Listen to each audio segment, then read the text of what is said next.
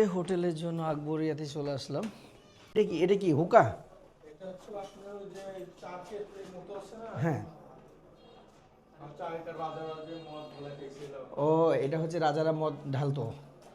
ওইরকমই কিছু না, আমি আচ্ছা আমি আচ্ছা। শিওর আর কিছু এটা কি বলতে এটা? পারবো না। এটা ওইরকম জগ এটা। ও, আর এটা হচ্ছে তারওয়াল, সেই রাজা বাদশাদের। হ্যাঁ?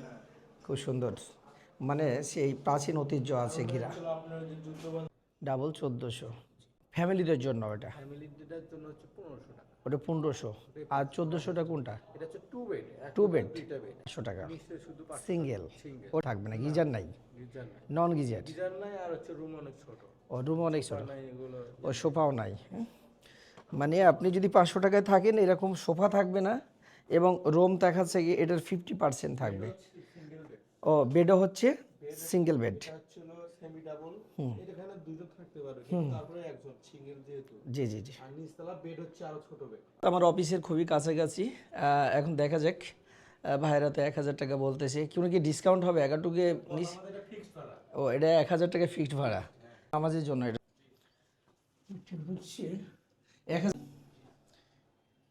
গরম পানির গিজার কোন? ও, এক্সট্রা ভাবে ট্যাপ লাগানো আছে। দুটো সুইচ আছে ওটা। এসি নাই? জি। এসি নাই? ওই যে এসি। এসির অবস্থা তো খুবই খারাপ। হ্যাঁ, না, এসি অবস্থা যতই হোক একদম সেই ঠান্ডা হয়। এটা টেলিভিশন সিঙ্গেল হিসেবে ভালোই আছে। আয়না আছে একটা। এটাতে কি আছে? এটা ওইটাতে ফ্রিজ। এত ময়লা কেন বস? আগেকার তো আর হচ্ছে ফ্রিজ এখন অতটা ইউজ হয় না, জাস্ট। ও, ফ্রিজ ইউজ হয় না এই কারণে?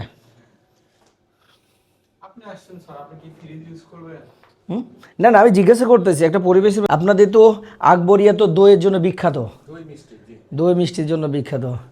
এটা কত সালে আপনাদের হোটেলে আবাসিক করা হয়েছে? আবাসিকটা আবাসিকটা ওটা তো 40-45 বছর। আবাসিক হোটেলে 40 বছর? এটা আপনার যখন পর্যটন পর্যটন পর্যটন আর বড়িয়া, আর এক ছিল বগুড়া বোর্ডিং, শহরের মধ্যে যখন সর্ব 2-3টা আবাসিক আছে, তার মধ্যে আবাসিক আমাদের আকবরিয়াটাও আবাসিক। আপনার 4 তলাও আছে, 2 বেড হচ্ছে 900 টাকা, নন এসি কিন্তু, বাট লিফট নাই। তো ওকে, দেখা যাক। যারা যারা আসবেন অবশ্যই আকবরিয়াতে খাওয়া দাওয়াটাও ভালো এবং তাদের থাকাটাও ভালো। ভালো থাকবেন, আবারও কথা হবে। আল্লাহ হাফেজ।